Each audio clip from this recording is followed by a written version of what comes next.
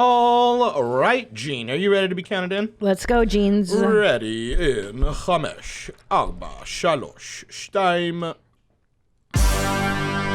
Yeah. Hey, yeah. Where my mom's at? Where my mom's wearing thongs, hitting bongs at? Raising kids, cleaning shits, need a long nap. Where my mom's at? Where My Mom's At podcast with Christina P. Yeah, dogs. Thanks for joining. Got a lot to go over today. Mommies, daddies. First of all, I think I am still reeling from last week's episode with Susan Pinsky, Dr. Drew's wife. If you haven't seen that or heard that interview, pause this one, go watch that, and come back. Because let me tell you, the thing is, they've been married for a million years, 28 years married, and then they were together for like however many years before. And if you want to know the secret to a long-term happy marriage, and I believe they're happily married because I've known them for a few years now. I've never seen the guy come in like miserable, okay? The secret apparently to a good marriage is fucking like a lot. Like not just like you think you're banging, like these two are banging. Dr. Drew can fuck a lot. And I think that it's a really important lesson for everybody here. And I really, because he talks about it a lot on Dr. Drew After Dark with me, that it's so important for men to be milked a lot. And they like to be milked in a certain way. And they're entrusting you with that as the spouse to milk them. And they look forward to that. So it's a really interesting interview. And she also talks about when they had young kids that, you're not really that into it, which totally get it. And then once the kids got older, she took testosterone, which really helped her, and then it boosted her sex level. And Dr. Drew is very happy. So check out that interview if you haven't heard it. We're going to have Drew on your mom's house to go over some choice clips that really are going to embarrass him. And that's the fun of You guys are horny. It's so horny. Oh my God. Okay, also, I wanted to bring up, I received a book from a family member, not my family member, because nobody in my family would send me a book. I don't think anybody reads, but from my husband, somebody in his family was so nice. They made a book of everybody in our family because it was somebody's 4th birthday, and it included all the photos of Tom and me and our 2 children and their children and uncles and aunts, and in the form of a story. And it was like so beautiful. And the whole time I was looking at this, I was so moved at how personal and touching this was. And at the same time, I was like, wow, I will never do this for anyone in my life, because you know what I mean? I appreciate it when it's done for me. I'm really thankful and I get really emotional, but I don't have the wiring that would initiate that kind of a project. Do you know what I mean, Adolph? Like, I have a feeling you're the same way. Like, you appreciate the gesture, but you would never do that for someone. I don't know why. Yeah, I think I could relate to that. Like, I think I agree with that. Or does it make you or would you just be embarrassed by the book? Like, you wouldn't enjoy the book at all? Well, most of the books that I've gotten as a gift have all been gag gifts because everyone knows I don't read. Oh, yeah, that's right. You're not a reader. Not a reader, And so, yep, that's how that goes. Wow. You told me that you recently discovered fabric softener. How'd that go? It was a revelation, Christina. Yeah. Because, I never really understood what it was for. And I saw, I Googled it. I was like, why do people use fabric softener? Mm-hmm. And then they're like, well, do you mean fabric softener or fabric conditioner? Are those different? I don't that's some serious deep white people stuff that I'll never know. Well, anyways, the first time I've ever used fabric softener on my own load of laundry happened this weekend. And I'm wearing a shirt right now. Yeah. And I've never worn anything that smelled this good this long after it's taken out of the laundry. Right.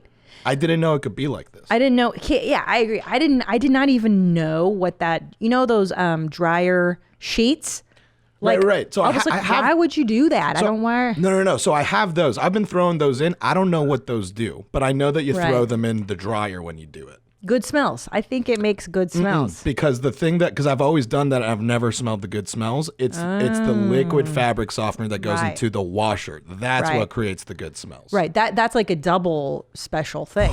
Oh my God, Yeah. Christina. It's, Yeah. Because I've smelled this before, and I thought it was just a normal body smell that came off the person that I was smelling. I'm like, man, this person smells like flowers. That's crazy.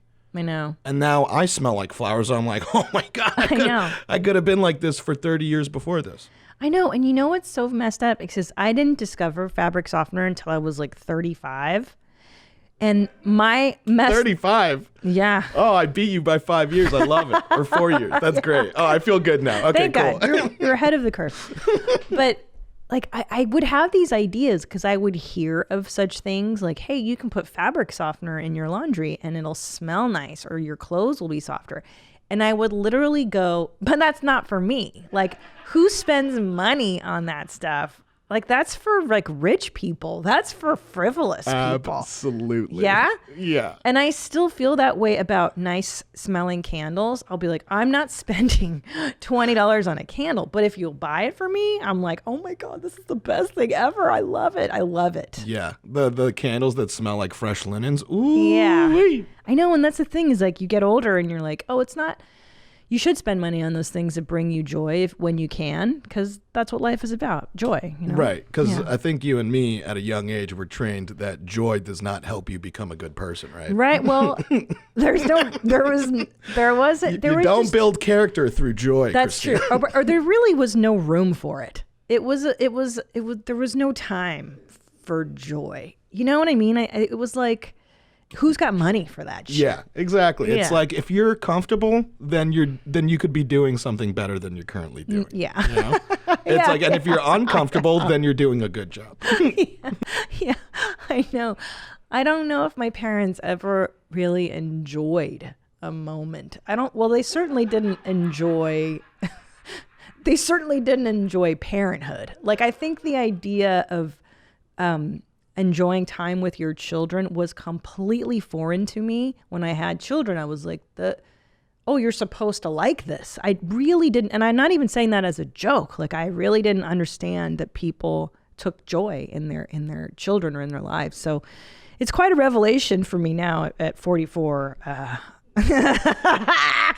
to lighten up and enjoy stuff. But also, so here's what I've noticed too, is that, this quarantine, it just goes on. And now California, our numbers are just skyrocketing. So we're looking to shut down more things. And now we're being more restrictive. And I was kind of meditating today on the phases of my personal quarantine. And it started with anxious cooking, where I was cooking all day, every day.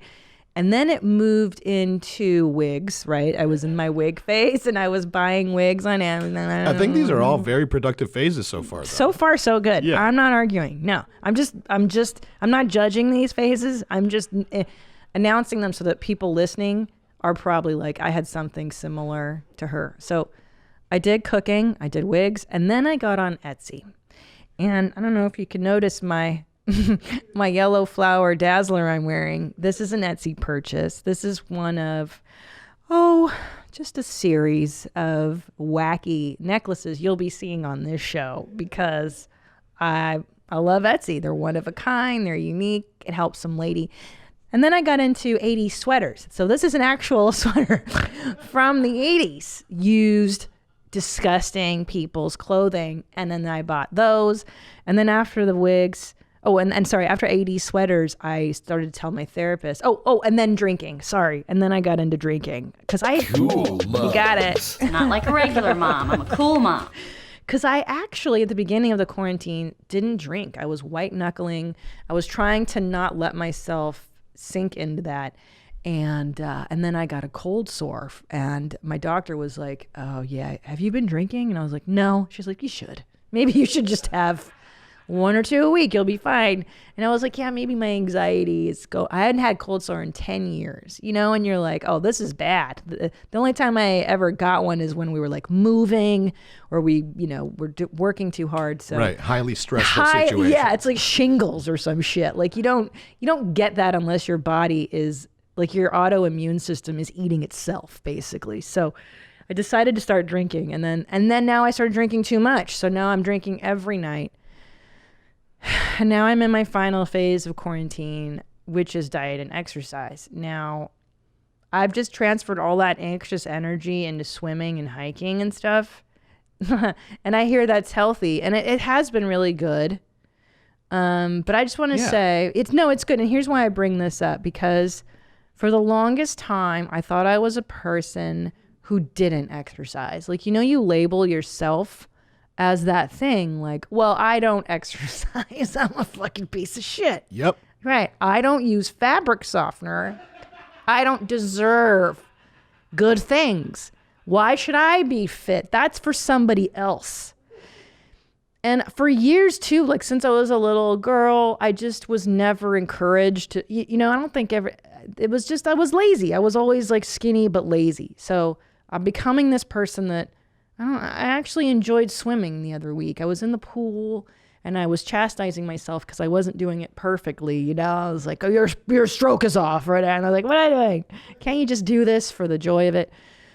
And look, we define ourselves in terms of who we thought we were in the past. And I'm trying to open my horizons and try to keep growing and expanding, right? Because sometimes, Nadav, you're like, yeah, I'm a wing guy and I like ranch, but maybe I like blue cheese. That's what I'm saying. You may want to try a different flavor.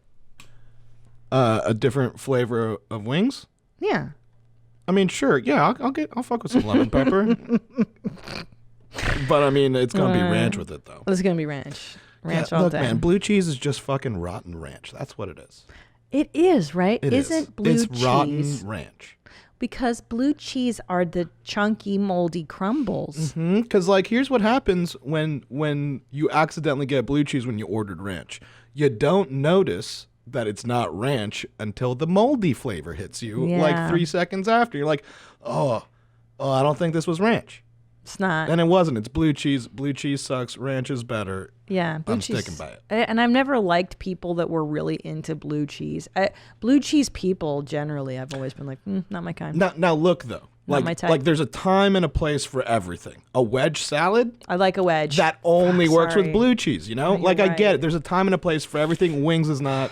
And I know that that's sacrilege, especially the world that we're in. And Joey is, Diaz is like blue cheese or go fuck your mother. But I still stand strong that ranch is so much better than blue cheese on wings. Well, yeah, clearly. Yeah, and on most clearly. things. But you just blew my mind up because I forgot about a wedge salad. Yeah. That's like imperative to have blue cheese. Yeah, and it's an amazing. It's one of the best salads I think in the game. I know.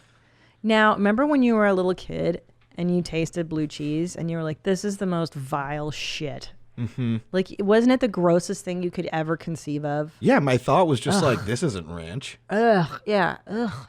I bet Chris loves blue cheese. Chris, are you a blue cheeser? Nope. Are you sure? I never liked it. My dad did, but I always thought it was gross. Yeah, okay. Tell everybody what you do before bed. I usually do a crossword. Shut up, really? Yes. I know. Don't you love him so much more? Chris, I know. Chris is the most normal person here. He taught me and Zolo the importance of participating in the census the other day. Oh, yeah. No, that goes right in the trash, right? Yeah. I mean, I don't. I do them. I legally do what I'm supposed to do. Right. Yeah. Me too. Yeah. But, there's no legal repercussions for not doing it. But, like I told him, I was like, because people texted me. They were like, hey, what's up? This is Jeff. Nadav, I see that you didn't fill out the census. Could you get on the phone with me and I'll walk you through it? And at that point, I looked at the census papers that I held on to because I was like, I need to fill this out eventually. And I threw them right in the shredder. Right in the shredder. Because some about the way he said it was very condescending. And I'm not going to Take that from Jeff. Isn't that the worst too when they try and be familiar in those unsolicited texts? Like, fuck you. Yeah, hey Christina, it's Wendy of Mike Pence's campaign. I don't know a Wendy. Yeah, I don't know you. You don't know me, bitch. But anyway, the point being that how wholesome an activity crossword puzzles are. I'm like, and I said to Chris, I'm like, oh, you don't drink every night to fall asleep like me? Because I find that two glasses of a Chardonnay often do that trick too. But no, he was saying how you get into a routine and it's a pattern and da da da da. I get it. And it's sweet. How long, Chris, have you been doing crosswords for? How long has this been a routine? I mean, at least a year or two. It's a new routine. I mean, it's I go through my routine. So crossword is a thing. Before that, I think I did like word search or whatever. Did you go through a Sudoku phase? I love Sudoku. Not really. That one requires too much thinking. Oh. Wow. Fascinating. You are the sweetest. You're the marrying kind, Chris. You're going to make such a good husband. I know. Oh, okay. Well, next we'll find you a lady. Yeah. The Chris dating show. I'm so down. He won't let it happen. Chris has something called boundaries, limitations. Here's the thing, Christina. I thought I had boundaries too. I know. We're working him down. But you have to give me time. Look, this is the most Chris has spoken in 2 years. Like, this is the beginning. It's taken this long to get him to admit that he does stuff. You don't understand. He's so quiet and he only pipes up at certain occasions. Like we were eating lunch together yesterday. What is it that you piped up on? You were quiet the whole time. We were all together eating. And there was one topic you felt the need to chime in on. Do you remember, Chris? Yeah. What was I talking about? You said you like to sweat when you sleep. We were like, that's crazy. That's your body telling you you're too hot. That's where he chose to chime in on. And mind you, here at Studio Jeans, all the conversations are wildly inappropriate. You know how your HR department, somebody gets in trouble for being out of line? Here at Studio Jeans, if you're not out of line, you will be in trouble. Like we go the different safe space. Anyways, we're talking about crazy shit, and then that's what he chimes in. Okay, let's get to some important business. So, follow up from last week. You got to F your husbands, guys. This is very important. We learned from Susan Pinsky. And I want to show this. This email came in. This is from New Zealand. This is so funny. This person's Peter says, as you clearly were disgusted by the thought of people barefoot walking in public, I thought I would share a pretty common sight from New Zealand. I saw this today in my local Auckland supermarket. Keep in mind, it's very late autumn, almost winter here now. Kiwis run around barefoot all the time, anytime in any season. So if you're just listening, here's a photo of a gentleman fucking barefoot in what looks like just a supermarket, like a Trader Joe's. Trader Joe, it actually looks like more. And I mean, okay, hold on. And to top it off, a photo of my dad from back in Germany with his effing pink Crocs. I only called them his pig feet. It brings such shame onto the family. I don't know what to do here. He bought them himself and on purpose, and no, he's not TikToked. Please tell him off for me. Maybe he'll listen then. Okay, so let's go back to the original barefoot. Yeah, I've seen this. So this is funny. When I was in South Africa, we were in, I think, Durban, and I saw this too, that people can walk through malls. You can walk everywhere barefoot. Mm-hmm. And I didn't know in New Zealand that they were doing that, but yeah. And what is perplexing is the winter thing. Like, you're not cold, a-hole. I'm assuming it gets cold there. Yeah. It's disgusting. It's unhygienic. It's unhygienic. Like, it's actually really crazy to me because I was talking to Annie, and I think you had this revelation like recently too, but that you shouldn't have your shoes on in your home. That's disgusting. Because like I remember I was like Disgusting. I was trying to clean my shoe because I think I'd gotten gum on it and my hands were all over the bottoms of it, and Annie is looking at me in disgust. He's like, "What the fuck are you doing?" I'm like, "I'm getting the gum off." He's like, Right. "Yeah, but like you're touching all the shit that you step on." I know. And then it clicked, and I'm like, oh my God, he's right. I should not have shoes on in my home. I Right. mean, I connected those But dots. this is essentially, you're just wearing your outdoor shoes on your feet all day long. And Right. then tracking that crap into your home, it is so gross. And not only that, guys, foot coverings, were invented way back when we were chasing animals and running in the forest. It's a necessity. You can step on sticks, you can step on bugs, you can step on glass, gravel. So it's just so disgusting. Now, moving along, I would rather go barefoot than wear these pink Crocs that your dad got in Germany, Peter. I like that they call him pig feet. Yeah, that is fucking revolting. Revolting. If you're not a chef in a kitchen somewhere, you know, chefs can wear this. Anthony Bourdain could have worn those, and you're like, all right, I get it. He's Anthony Bourdain.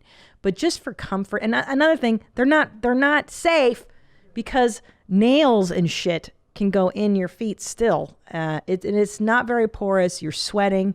I think they're disgusting. Well, I'll say that disgusting. A nail could go through your shoe too.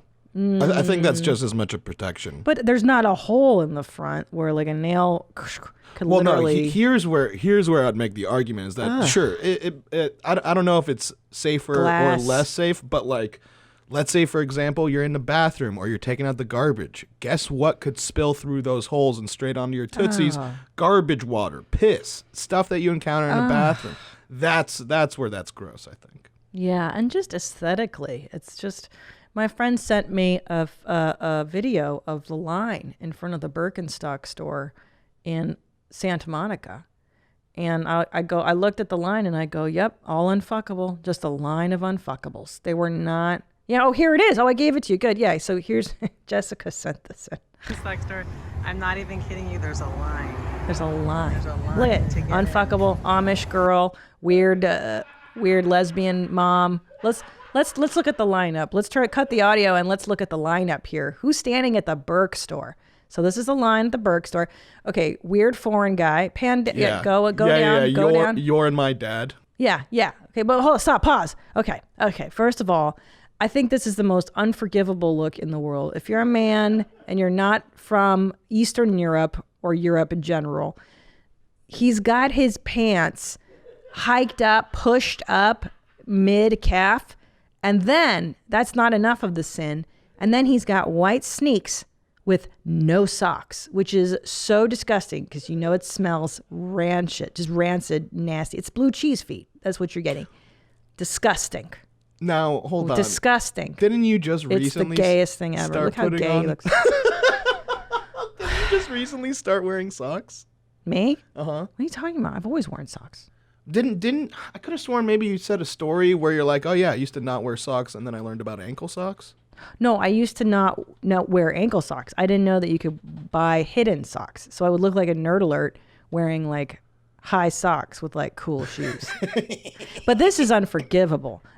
And I'm not sure why he's pushing up his pants. That looks terrible, right? Unless he's a gay dad. It looks foreign. It kind of looks foreign. He's foreign. I feel like this guy goes on boats a lot. Yeah. You know, He's like I feel like European. this is a European boat look. I think. The little girl's adorable. Okay, a lady here, Karen, unfuckable. Next, someone behind the tree can't see. Go ahead. Unfuckable. Look at these two. Amish. There's an Amish girl. Unfuckable. A lady in a hospital gown. Unfuckable. Which one's Amish? The girl with the white bag. She looks Amish, and then her grandma. She just sprung out of a hospital in her I do agree gown. with that. Looks with that terrible. assessment. Next, who else is in line? This is the Birkenstock line. Yeah. Nerd alert. Okay, this guy's not getting laid. He's an incel. Next. There she is, Karen. Okay, so far, 0 fuckable. I would not sleep with any of these people. Right? Would you have sex with her and a dog? No. Don't lie. Don't fucking lie. With this woman? Never. Yeah, you had to hesitate. Okay. Yeah, I think that's gonna be a no for me, Doug. No, it's a pass. She's going to get her Birks, though. Okay. As you know, I am a huge supporter of sexually manipulating your spouse. What better way to do that than with an item from adamandeve.com? I have purchased many an item. I'm a huge fan of cock rings. They're fantastic. Ladies, you get one of these for the husband, and they're so excited that you're doing anything remotely different and new. I swear to God, they will take out the trash and do your bidding if you get them sexually satisfied. I love Adam and Eve. Adam and Eve. There's couples toys, toys for women, toys for men. You've got your lubes, you've got your lotions, you've got lingerie, and so many other sexy gifts. And what are we all doing? We're all at home right now.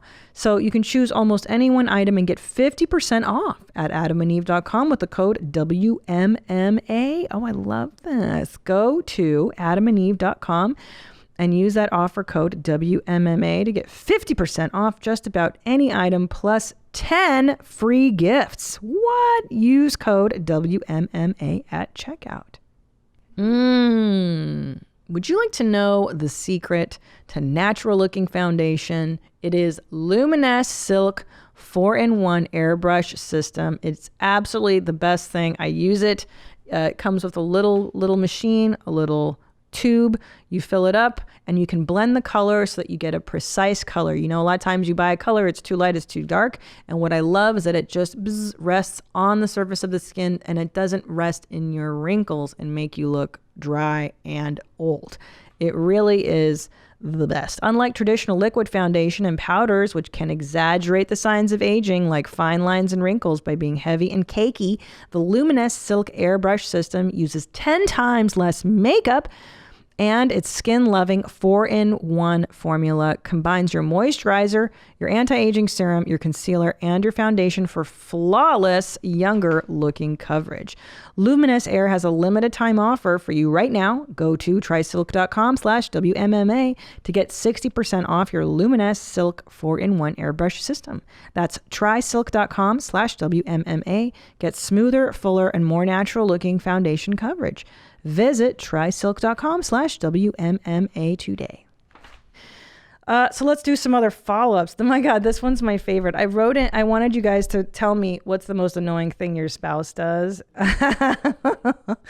This one's fucking amazing. Okay.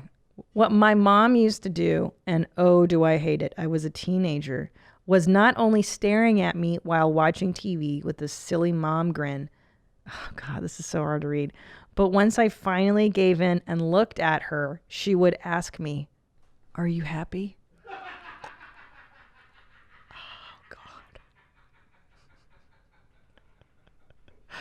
God.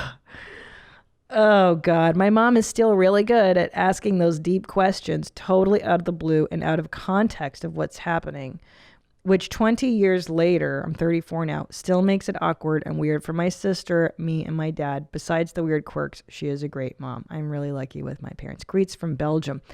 Oh, that's why. Yeah, she's European, okay?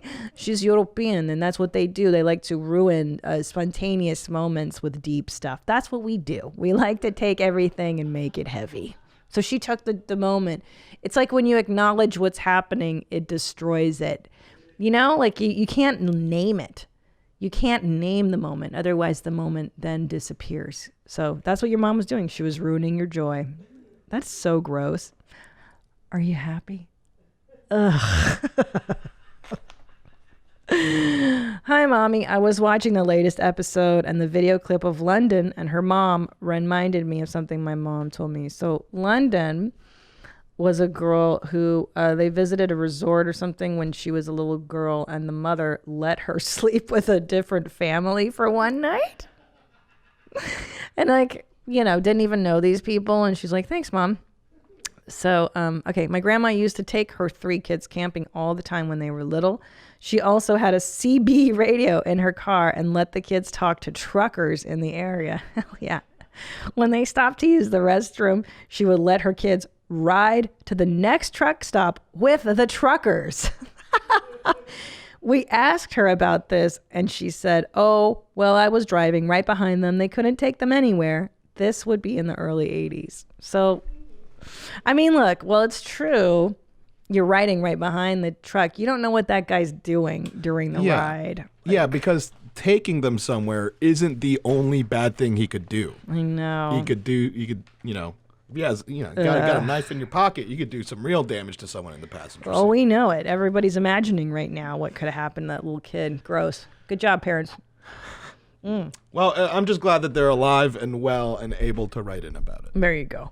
So, booger walls. I mentioned on a previous episode that I had a friend growing up who kept a booger wall. And what that is basically by her bed, she would pick her nose and then whoosh, wipe it on the wall to create a beautiful a beautiful collage of boogers. So someone says, oh, Sandy writes, as you guys were mentioning booger walls, it actually reminded me of the fact that my younger cousin, who, by the way, is now 33, also had a booger wall. But to add to the booger wall, he also used to spit into the corner of his room to hopefully fill it up so he could swim in what he thought would be a huge fish tank. He was nasty as fuck. But he's the most intelligent person you could meet now. Maybe he was into something. Well, I will tell you that the girl that did the booger wall, highly intelligent, highly creative, really cool adult. So you never know. And also the other day, my older son Ellis he was on all fours and he had his beehole exposed in the air.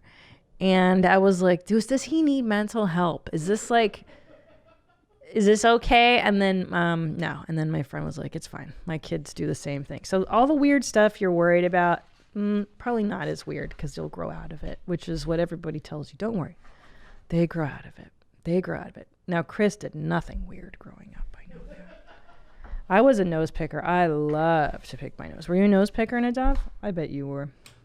Well, no, because I think only in late college I realized that you could even like blow your nose. I thought that just, You just picked it all the time, or you? No. I was just like, that's just what my nose is like. I just can't breathe through it sometimes.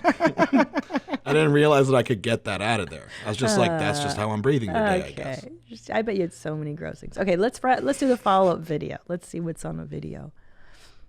Oh, the line at the Birkenstock was the follow-up. Oh, okay. But we do have some voicemails. Let's do some voicemails. Perfect. All right. So first off, we do have something on the lines of Birkenstocks. Oh no!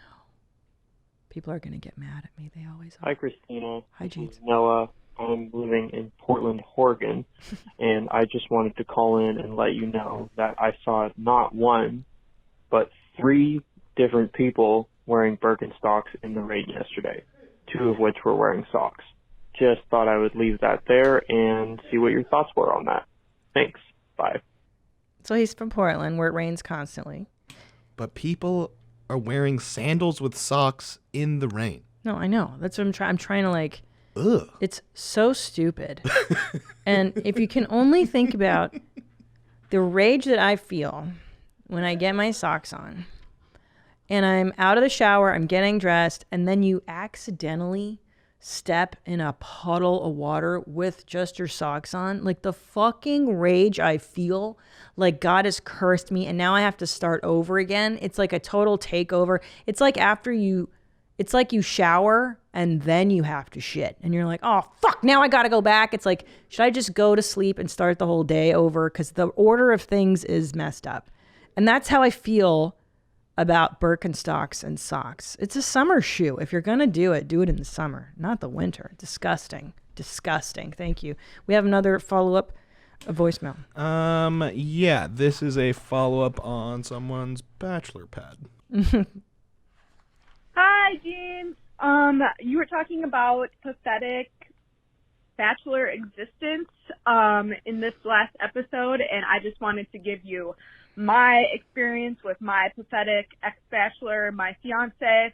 When I met him when he was 24, he lived in a studio apartment, but he didn't have a bathroom in his apartment at all. It was like a shared communal bathroom with everyone in the apartment, and he didn't have a key for the female bathroom, so I constantly had to use the male bathroom on the floor with these scary men who lived in the building, and there was one shower, and I one time was in the shower and someone banging on the door telling me to get out of the shower, that it was his turn to use the shower, and the shock when I stepped out of the shower on this man's face was amazing. I'll never forget it.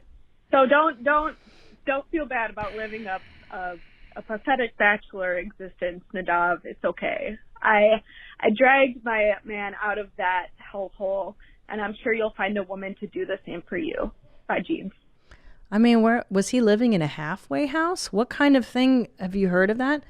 That you share one toilet for all these dudes on a floor? Is it a dorm? I feel like a lot of these types of living situations only happen in either New York City or San Francisco. Or London. Right. Somewhere where there's just too many people in there, and it's just like, you know what? Fuck it. One bathroom for 30 people. It's like, what are those SRO hotels? Will you Google SRO, single resident occupancy? It's when you're really, really, really poor and you're just renting the room. This may have been what he was doing, SRO hotels.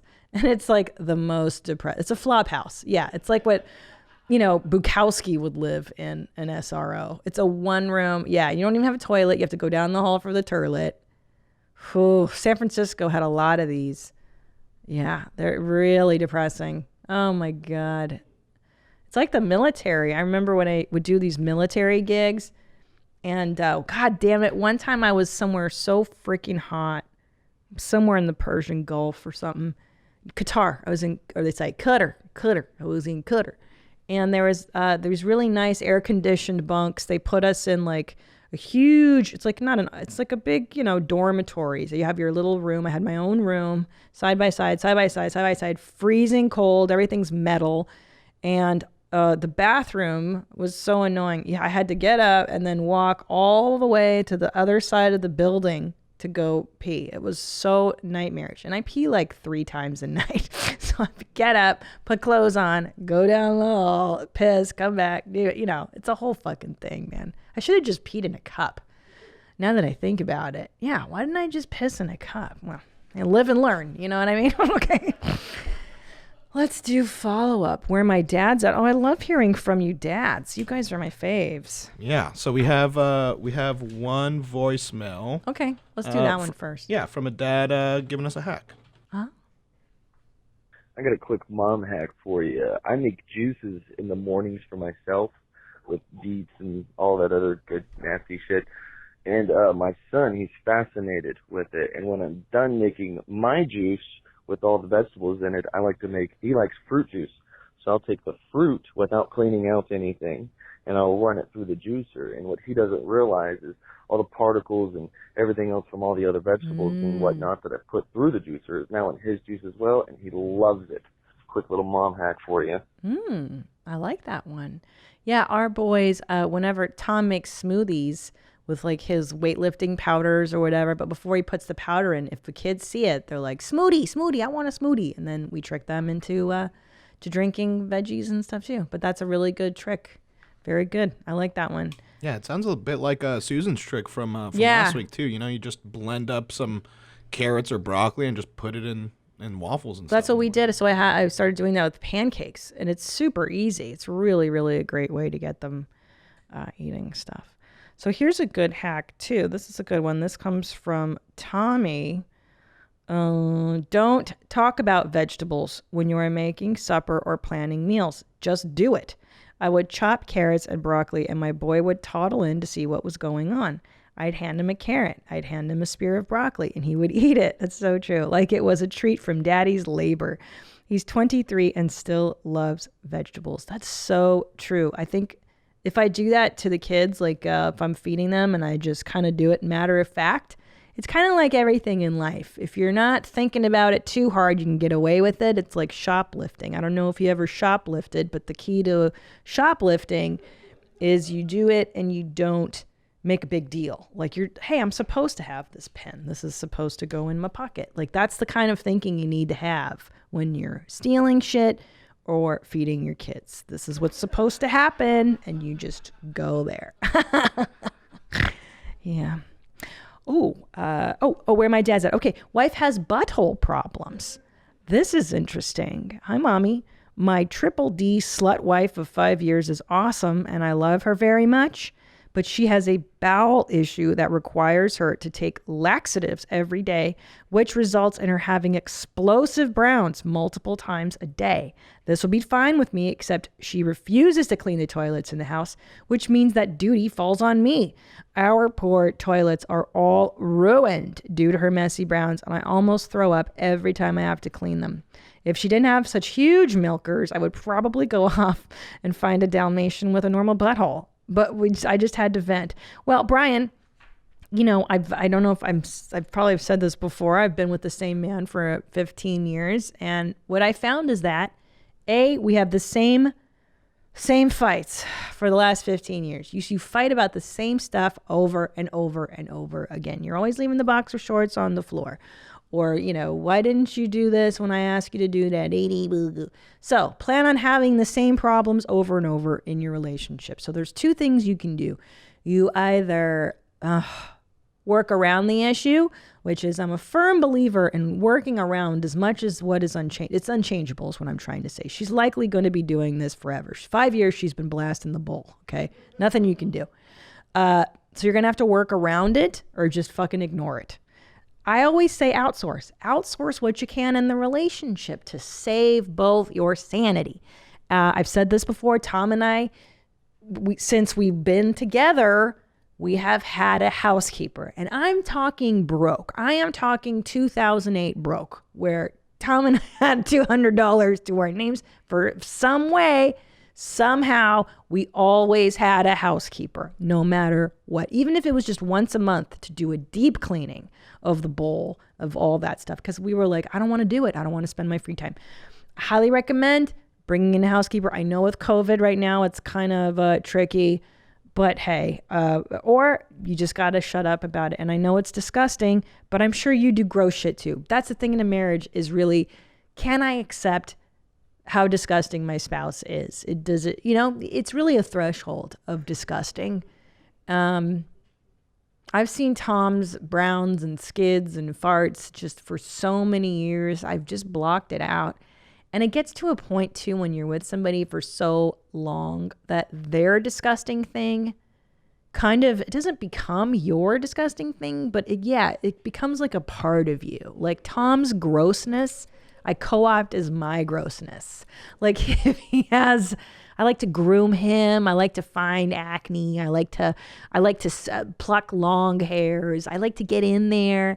And, I'm so used to the smell of his farts and my farts and his browns. And it's like, whose browns are these? Yours or mine? I don't even know anymore. I don't even know where his browns end and mine begin. That's how long we've been together. And you know what, too? Once you have babies, all that stuff kind of goes out the window. At least Tom has seen both of our children blast out of me. And I think once you let down that much guard with somebody, like there's no going back. He's seen me at my absolute most vulnerable and disgusting, pushing out his children. So there you go. I can't wait to see who you marry, Nadav. Because would you say you're very disgusting? I mean, your browns are gross, I'm sure. Mm-hmm. And you're farting? As far as I'm concerned, they don't smell. Okay. Okay. No, I mean, like I've pulled some squeakers, some silent ones. No one said anything, and I don't think my friends are polite enough to not mention it to me. Huh.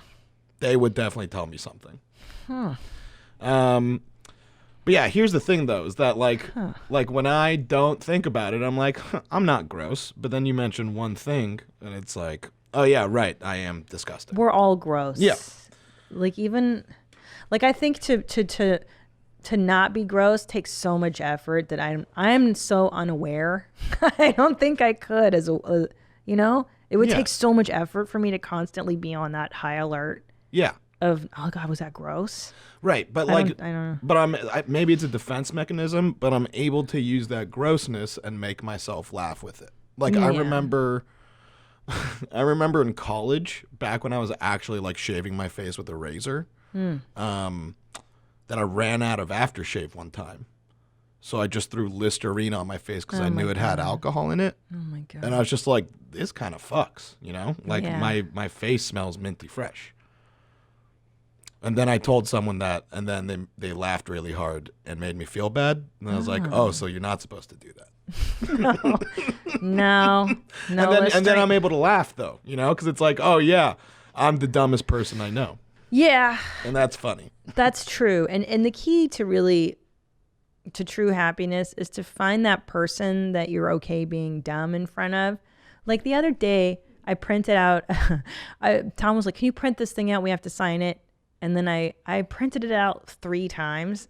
And then he was like, you fucking printed these 3 times. Like, it's a joke where we chastise each other for like innocent mistakes. I'm so fucking stupid. I'm so stupid. I printed it 3 times. That makes me laugh. I like that one. Yeah. Or you can shame each other and it doesn't affect you. Okay. I have some TikToks I brought inside. Firstly, I want to show the skateboarding one. I'm one of those people that growing up in LA, I fucking loved skateboarders. And I never dated a skater boy because all you do is watch them skate. If you're the girlfriend of a skater, you just watch them skate. I think in my heart, I secretly want to be a rad skateboarder. And I love these 2 boys. I found them on the talk, Dalton Dern and Kanan Dern. And they're brothers. And I think one of them is a professional skateboarder and the other one makes these videos of him. And they're so fucking rad. Like, okay, please watch this on the YouTube. Go ahead and play this. It's so amazing what these 2 boys did.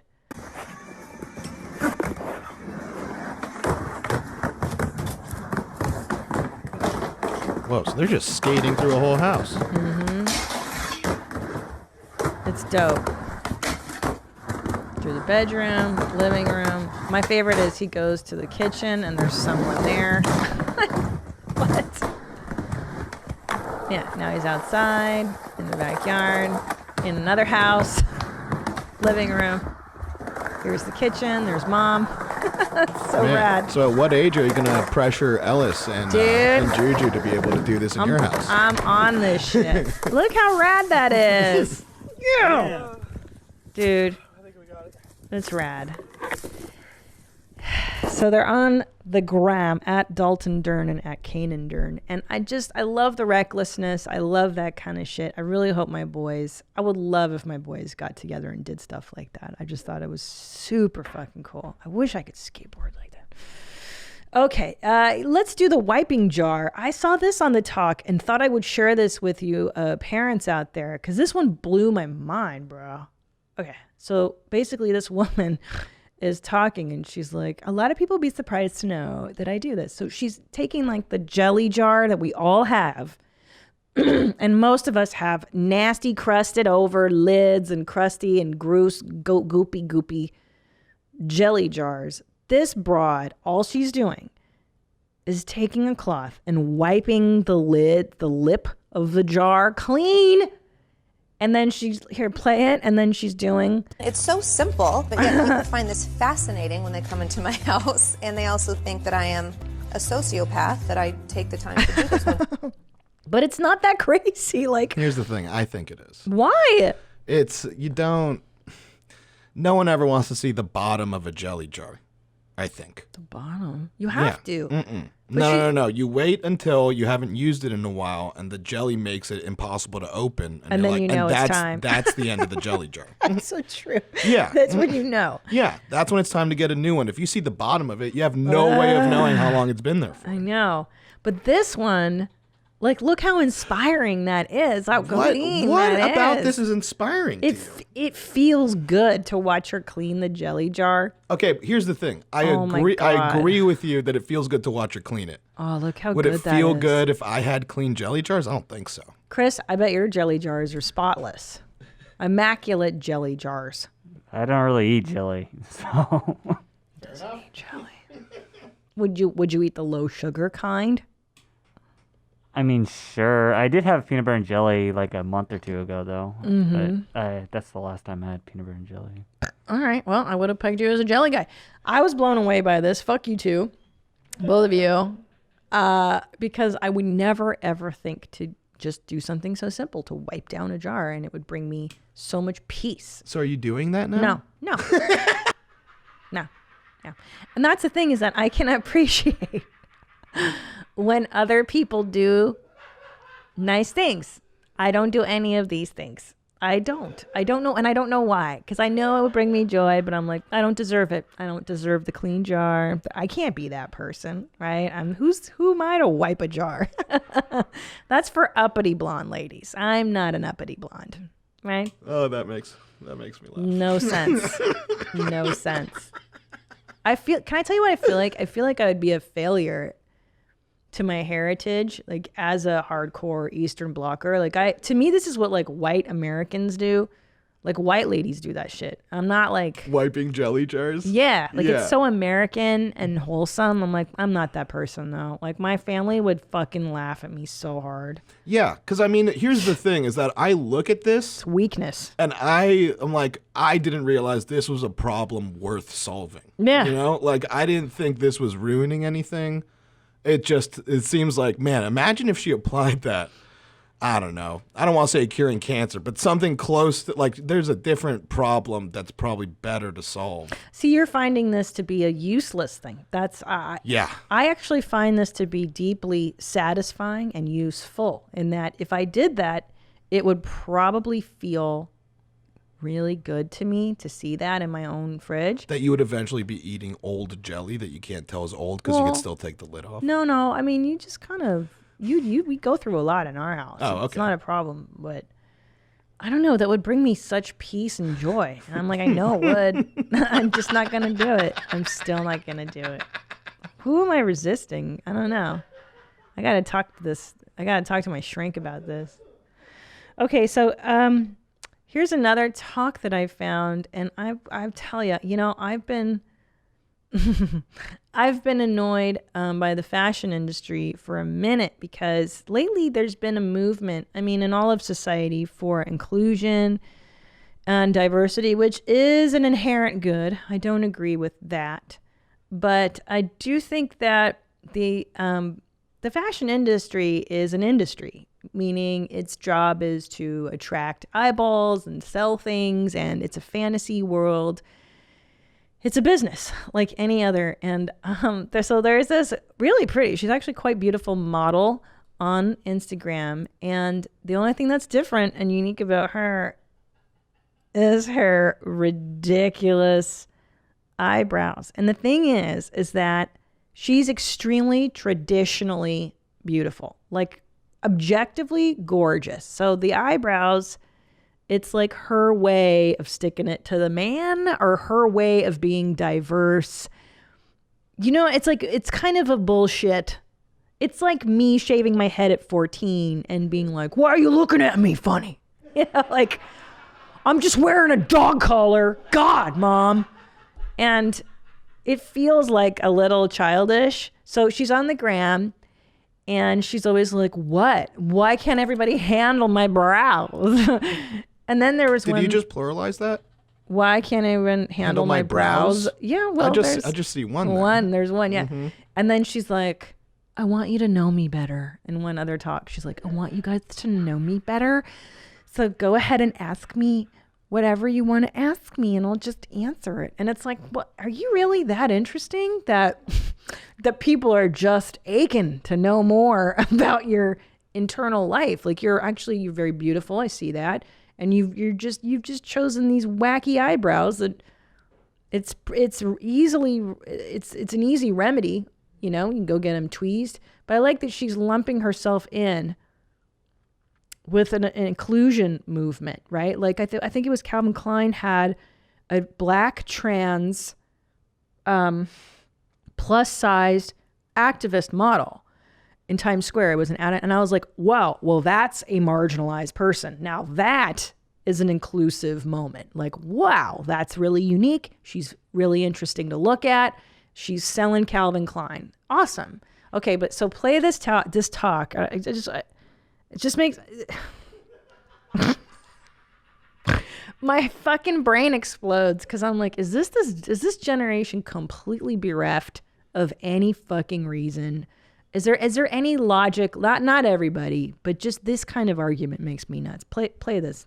I think now the industry is taking a bit of a turn where they think it's trendy to include different people. It shouldn't be trendy. Including people who are different shouldn't be a thing because people are telling you to do it. You should be doing it because you... Keep going. No, that's where it ends. Oh, she says, okay, so her argument is like, fashion shouldn't be trendy. First of all, by definition, fashion is trendy. That's what fashion is. It changes. And secondly, what really makes my asshole pucker is telling people why they should do something else. She's like, you should have models just because you want them to be diverse. You should. And I'm like, you know what you should do? Get your fucking eyebrows fixed, all right? Go fucking do that. You should do that. How about that? Don't fucking tell me what I should and shouldn't be doing. That makes me nutty. When they're prescribing to you how you should be thinking and acting. Don't tell me how to do that. Anyway, she's traditionally pretty, so she doesn't count as a marginalized person. I don't think she counts. Right, because if you could shave off the thing that makes you marginalized, then you're not marginalized, right? Yeah. Yeah. Big difference between her and the black trans plus-sized activist model. Like, sweetie, you're a white blonde girl with some stupid eyebrows. Okay. And here's also makes me nutty. There was something super funny about that video is that the person that was recording her was like saying like, right, you're right. Oh, she had to egg her on. But also, so she has her brows are like some darkies, right? She got some dark eyebrows, but she's got blonde hair. Yeah. So that, I mean, one of those isn't natural, right? Well, yeah, she's bleaching, which is what I do too, because my eyebrows are dark too. But that makes sense. So she's just making a statement because she will put work into bleaching her hair, but she's not going to put work into shaving her unibrow. Right. That's which is wild. That's crazy. That's a good point. Yeah, like she's one of these people that's going out of her way to be diverse. Like, okay. And you guys, and I love when people are like, you should want to have this, the business. Like, no, fashion just wants to make money like every other business. They don't have to do anything you want. They should. You should. Fuck you. Makes me crazy. Don't tell. You should never tell. Don't should anybody into anything. How about that? If you don't like it, leave it. You don't have to should me. Have you tried HelloFresh yet? It is so easy. It is sustainable. It saves you time. It saves you money. I love it because the meals, the recipes are so delicious. You get your fresh, pre-measured ingredients and mouth-watering seasonal recipes delivered right to your front door. It's America's #1 meal kit. HelloFresh lets you skip those trips to the grocery store and makes home cooking fun, easy, and affordable. I love the variety of HelloFresh. I will make things that I never thought I would even get to in my wildest dreams, and they're all delicious. They take about 30 minutes or even 20 minutes with their quick recipe options. It's a great way to spend time with the kids. They love helping me make these meals. It's just a nice bonding moment. And plus, these things are sustainable. Pre-portioned ingredients mean there's less prep for you and less food waste. It's flexible. Keep your fridge stocked by adding extra proteins or sides like garlic bread to your weekly order. You can change your delivery days so you're not losing out. So go to HelloFresh.com/80WMMA and use code 80WMMA to get a total of $80 off, including free shipping on your first box. Additional restrictions apply. Please visit HelloFresh.com for more details. Again, go to HelloFresh.com/80WMMA and use code 80WMMA to get a total of $80 off, including free shipping on your first box. Additional restrictions apply. Please visit HelloFresh.com for more details. Okay, let's go to, we did those hacks. We got a general question. Let's do a general. That you marked. I think it's one of the emails on the desk. I did. Anything good? Okay. I'm 38 years old and 28 weeks pregnant with my first, due in mid-September.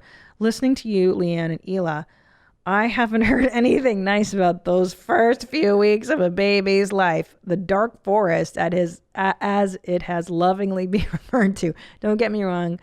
I appreciate y'all's honesty, so the rest of us aren't blindsided by these challenges, but I'm now more scared about these weeks than I am about giving birth. Oh, okay, shit. Can you provide us scared moms to be with tips for surviving the dark forest when you're walking around in an adult diaper 24/7 and you haven't slept in a week? Or any practical tips for how to not hate your husband, what sleeping arrangement is best for sleep, and how to stop and appreciate this time? Lots of love, Kelly. So first of all, Kelly, not everybody doesn't appreciate that first month. It really is for psychos like Leanne, Gila, and myself. You have to understand too, like, I present just a counter argument that I never saw in popular culture. That's why I talked about that. So the majority, I think, I don't know, whatever is presented in mass media is that it is a wonderful time, and it actually is. It is. Listen, it is all very new and very special. It's very sweet. Yes, the physical pain, and yes, the pain of change is there.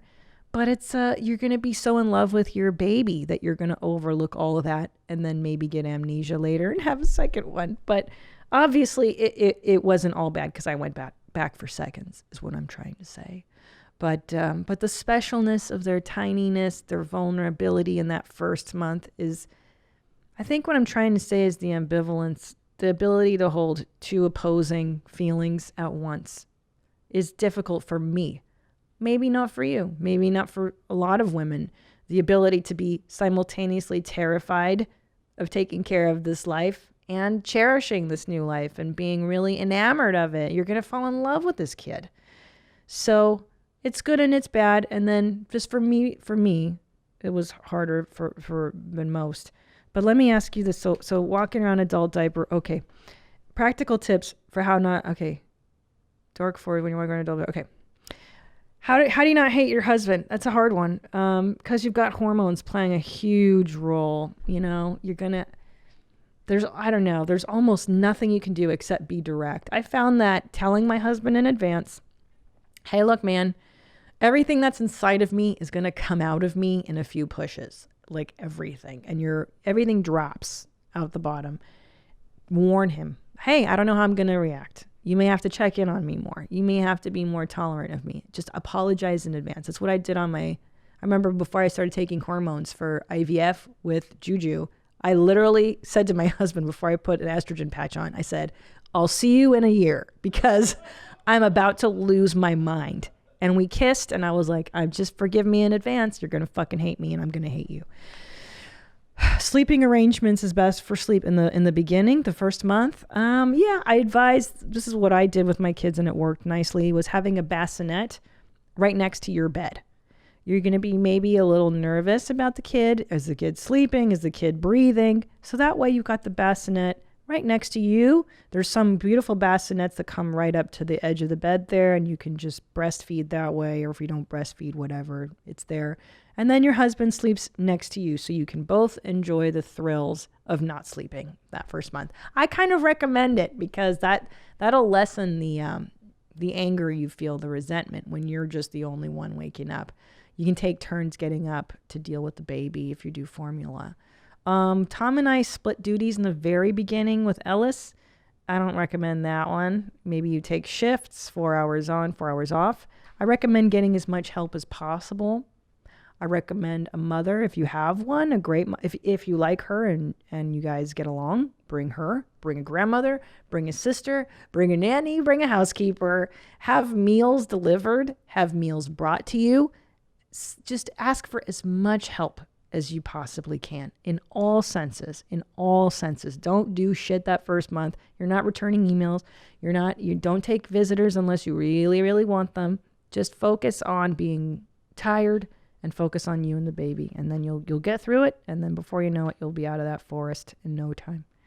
All right. Good luck. It's not all bad. Obviously it does get better. Just know that if you do feel sad, you may not, you might really dig it. So listen, there are women like Mitzi. We had Mitzi, the doula, who loves the newborn phase, loves it so much that she's devoted her life to caring for newborns. So there you go. I want to do what would Christina P do? This is interesting. You got mom questions? CP's got mom answers. What would Christina P do? Okay, this is from Lauren. To make a long story short, she basically had a rough first kid that cried for the first 6 months.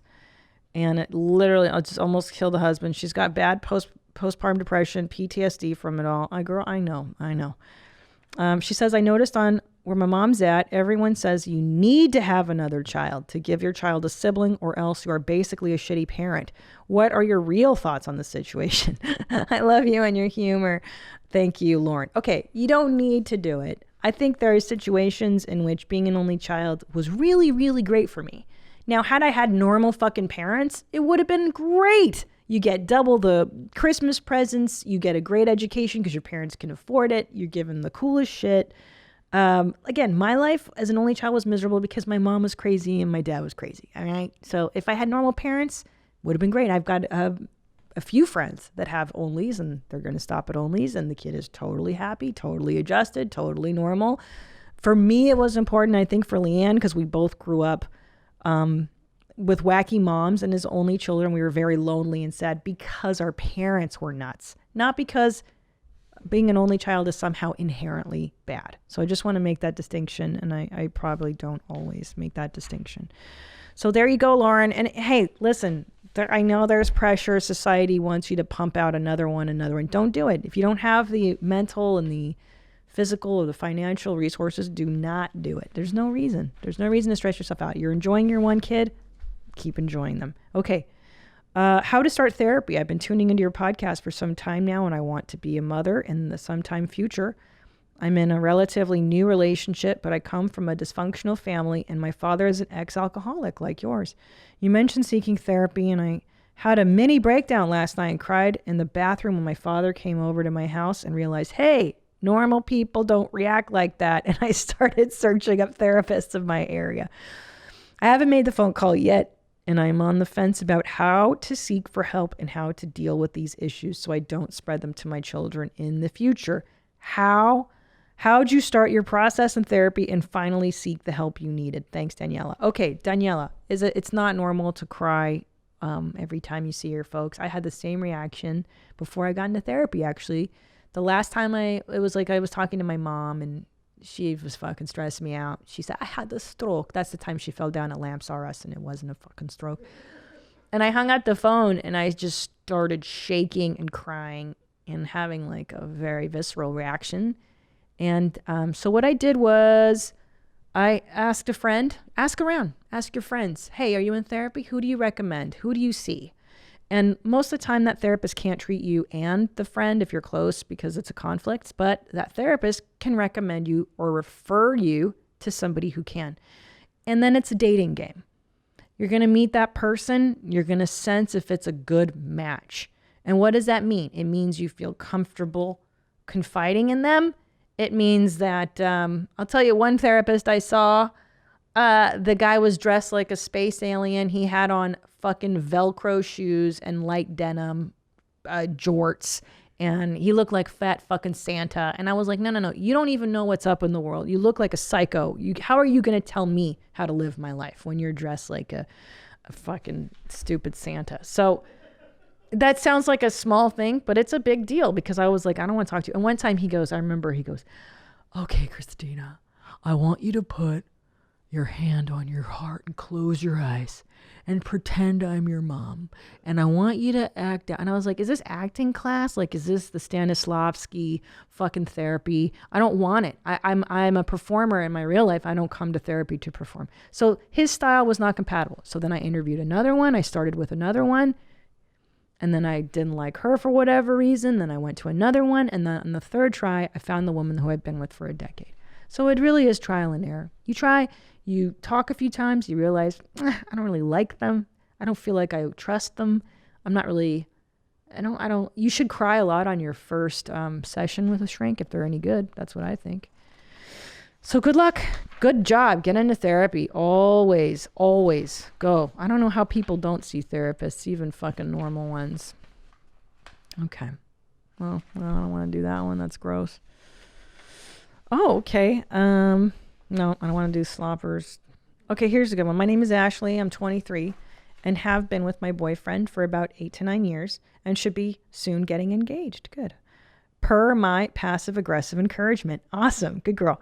We're moving to a different state with my job offer. Here's the deal, too. I really hate, no one told me this, and I wish someone had, an elder, if you will, that, all these fucking Instagram posts and these people that are like, and then he just proposed. Like, what they don't show you is that the woman wears the man down and starts asking for this shit and starts making a little bit of a demand. You got to kind of plant those seeds. Hey, I think I'm ready to get married. You got to let them know you're interested in that tract of things. So the woman does have to manipulate a little bit. That's just how it goes. She writes, I feel a big time pressure to have children as early as possible, which in my mind is like 28, so that our loved ones that we're close to have a substantial amount of time with our children while they're alive. I want to live and travel and do all the things without little crotch demons, but it feels like there's not enough time. I feel like a TikTok for planning this way, and I know it's myself placing that pressure, but these people are important to me, and I want them to be in our kids' lives too. My mom isn't married, and I almost feel I owe her this amazing relationship with her grandkids as the only child. Oh, okay. Have any other mommies worked through this, or do you have any advice? Okay, Ashley, first of all, you're not responsible for your mom's happiness and relationships. So don't, to that end, if you're feeling the pressure to entertain your mom, it's a lot because you may fail. You might have, this has happened to some friends, is sometimes they have the kid and they want it to affect their parents a certain way and it doesn't. And now you're even more disappointed. I was told, people are like, you might be surprised. Your dad might really come around and start to enjoy those kids. So far, I'm not sure he knows I have a second child, but any day now, it's going to change. He's going to get better. I know it. So, there you go. So don't do it for other people, A. And if you're 23 now, you have 5 years. That's a long fucking time. I don't think it's crazy to plan when you want your children. I think it's a fantastic idea. So see, you've got 28 as a date. So fucking save your money. And after this whole global pandemic is over, start traveling. Nadav is saying he doesn't think you should have kids. Why? Well, because it seems like the main reason to have the kids are so that her mom could be happy or her parents could be happy. Right. Which is the worst reason to do a life-changing decision.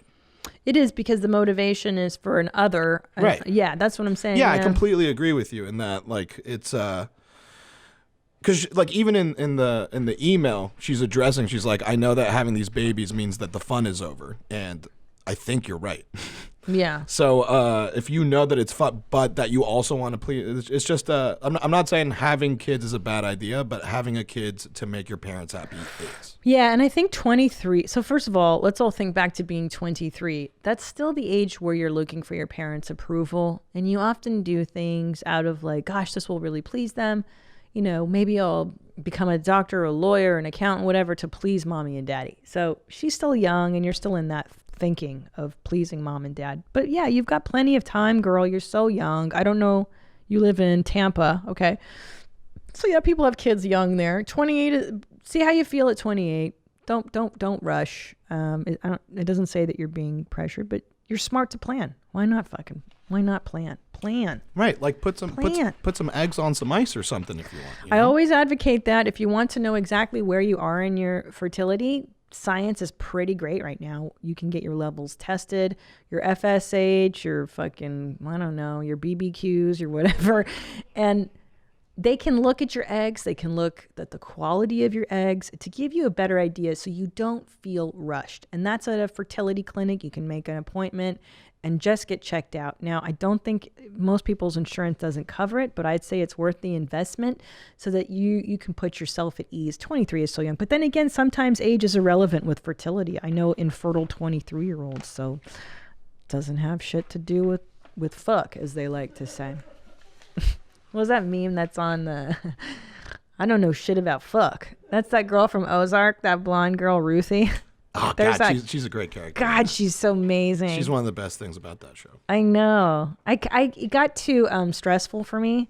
Oh, yeah, I know. It's a very stressful show. I know. Wait, so you haven't finished it? No. I look at Tom, and I'm like, tell me how it was. Wait, you watch Tom watching it? Yeah. I'll sleep. I'll like kind of sleep, and then I'll like hear bits and pieces. I'm like, I get what's going on. Shit's bad right now. And then osmosis.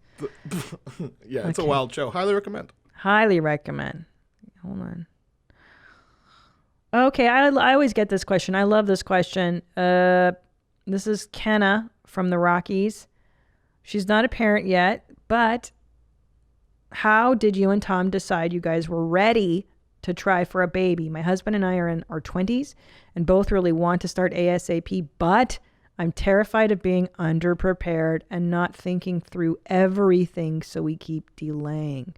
Okay, what advice would you give to those preparing to take the plunge into parenthood? What do you wish you would have known? Okay, so there's two ways you can, this is how I see it. I started later because I wanted to be mentally well. I wanted to be financially stable. So yeah, those are the two reasons. I wanted money and I wanted to be not crazy. So I really put shit off until like the 11th hour. I got in right under the wire. So the good parts of that is that, yeah, I'm a little more sane and we have more money. The bad part is I'm 44 and I have a 2-year-old and a 4-year-old, and nature is a beast because I'm tired. Like it takes a lot of energy to chase youngins around, and I kind of wish I had known that personally. You don't think you're going to be in your 40s when you have kids. You're like, what? I'll be in my 30s forever. But it's a lot of energy. It's a lot of work. And I do, now that I'm older, I'm like, ooh. Okay, but here's what you should think about. I always say to people are like, first of all, don't listen to these lazy cocksuckers who are like, you know, when is a good time to have a baby? I don't know, just whatever, go for it. These people are losers. These people are liars. And these people don't know what they're talking about. And they got pregnant on accident and now they're trying to justify it. So here's when you know you should have a kid. You have a great relationship. You've been together long enough to know each other, I would say, through at least 4 seasons, right? 4 years of 4 seasons. So you've been together 4 years. You've seen that person through a lot of bullshit and you're still together. How are your finances? How much debt do both of you have? Big deal. I suggest wedlock. I'm old fashioned that way. I believe that when you're married to somebody, you're family, you become family. And you're a lot less likely to fuck around and you're more likely to stick around and raise your youngins and that stuff. Your relationship's solid. You've got money in the bank. You've got some savings so that when the shit hits the fan, like it has in this pandemic, and you've got a kid, you're not totally panicked and screwed. And as a woman, I would suggest, if it's important to you, to establish your career enough such that you can take some time to be a good mom in those early years, because you don't get those years back. And yeah, that's it. That's all I got for you. There is a great time to have kids when you got money and you're stable and you're in a good relationship and you're in a good place mentally, physically. And there you go. Don't listen to these people that say, when is a good time? Fucking losers. All right. Mom, we're going to close on. Do we have anything else? Are we done? No, I mean, we have some more stuff, but we've been going for a minute. Let's go. Let's close on a mom hack. I like those because they're so useful. I love useful. Mom hack, you say? A mom hack. Mom hacks. Okay, this one's fantastic. I got from Natalie. Since parks are all closed and it's hard to get out because of the pandemic, I got my 14-month-old a pickler triangle. It's so amazing. So here's what that is. A pickler triangle. It's like a triangle with bars on it, and the kid can climb up it, and there's like a little rock wall for bibis. It's so amazing. We use it throughout the day, and she's gotten so good at climbing and sliding down the ramp. It helps with body awareness, increasing self-esteem, and most importantly, tire them out. Amen. It's also foldable, which makes it super nice for storage. This is awesome. I wish I would have gotten this, and it looks like it's low enough to the ground that if the kiddo does fall, it's like not a big deal. Also, I got a sprinkler on advice from someone that wrote in. Kids love the sprinkler, another Amazon purchase. I've been getting water balloons, regular balloons, and then bubbles. That's all you fucking need. Kids go nuts. Voicemail, mom hack? Should we do that one? Did we do that one? No. Oh, whoops. Sorry, I mislabeled that. No voicemail. Oh my fucking god. No, because we had that dad hack that's now part of the Where My Dad's At segment. Oh, okay, gotcha. All right, well, if you have any more, please email them in wheremymomsat@gmail.com. I love your mom hacks. I love your mom fails. We'll do more of those next week. What would Christina P do? Oh, yeah. Didn't we want to tell... or ask the moms to send in stuff when you first moved in with your significant other? What crazy habits did you discover? They were. Yeah, let's do that. So when you first got with somebody, what was the disgusting shit you found out about them? That's pretty funny. Like, what was their habits that were hard to get used to? And if they are, what was their bachelor status? So gross. Yeah, so you could email that to WhereMyMomsAt@gmail.com or leave a voicemail at 213-375-5184. Oh, and also, I would like to hear how you're manipulating your spouses. I love that. How do you get them to do stuff that you want them to do? Let me know about that too. All right. This is a great episode. Thank you so much. Thank you guys in the booth, as always, for joining. And until next time, stay cool, moms. Bye.